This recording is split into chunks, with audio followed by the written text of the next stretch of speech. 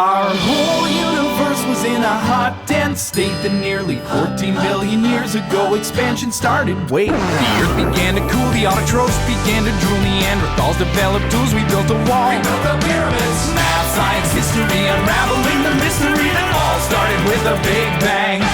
So the Big Bang Theory, Season 1. This is quite possibly my second or third favorite show of all time. Like, you know, this and Firefly and Buffy the Vampire Slayer. Those are probably my top 3 favorite shows. This is the only one that's a sitcom though. I've seen all of the episodes, you know, at a certain time, but I want to be able to review it. So, you know, I borrowed the first season. This is like my favorite show. I don't have the seasons for some reason. So I borrowed my cousin's seasons, and I got it, and I managed to rewatch it. So yeah. So, you know, we all pretty much know the show. You know, this really blonde, pretty woman moves in across from Sheldon and Leonard, who are like some really geeky, socially awkward guys. And, you know, Leonard immediately develops a crush on her, and they have their little romances, and they have their little things. You know, it's a sitcom. It doesn't really have that much of a plot. You know, there are plot elements, but it's not like, you know, it's not yeah, you know what I'm saying.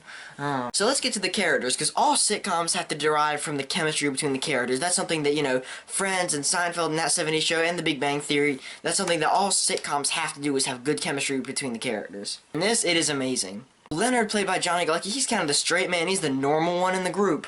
Most of this season about him trying to get Penny's attention. An alright character, you know, I do like him. I like his kind of sarcastic sense of humor. And then there's Sheldon. We all know who Sheldon is because Jim Parsons does such a great job as him. You know, he's just so OCD, so weird. He's just, in general, he's just a weird dude. Jim Parsons is great in the role. However, it's just hard to kind of like Sheldon. I mean, he's really annoying and he's kind of mean. You know, he doesn't realize he is that way.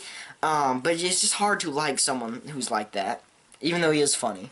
Penny, played by Kaylee Cuoco, you know, she's just, you know, she's not the geek, she's just a regular person. The only problem is, she's a little bit too clueless. I mean, I know she's supposed to be kind of ditzy, but especially in this first few episodes, she is clueless as can be. I mean, I can understand her not getting some pop culture references Leonard and Sheldon make, when you make her just like, in this season they made her incredibly just stupid. She has okay chemistry with Johnny Galecki, you know, in this season they're not really a couple, so it's hard to tell. I do like how she automatically doesn't just reject all 4 of the geeks just because she's like, oh, you're geek, screw you, I'm never gonna have any contact with you again. Then there's Howard, played by Simon Helberg. So he's the disgusting, weird, perverted guy. This season and this season about him is trying to get Penny's attention too. And he's kind of funny, you can't really like him. I mean, a lot of people do like him, I just don't because he's such a weird, disgusting pervert. Yeah, it's hard to tell.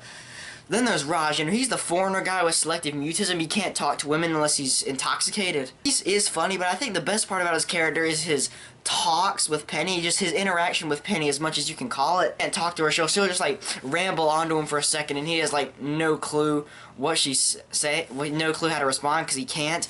A perfect example would be that time where when Leonard and Sheldon broke into Penny's apartment and cleaned. Well, Sheldon did, and you know she just like screamed at them, and she like talked to Raj about it, but they like have entire conversations and he doesn't say a word. You know what I'm saying. This is a great show. It's a little too stereotypical, but I do like how it does flesh out its geeky characters to see how they're more than just nerds. I will review the other seasons, just give me some time. I'd say this show is worth watching at the premiere. This is great, alright? So yeah, be sure to subscribe. Bye.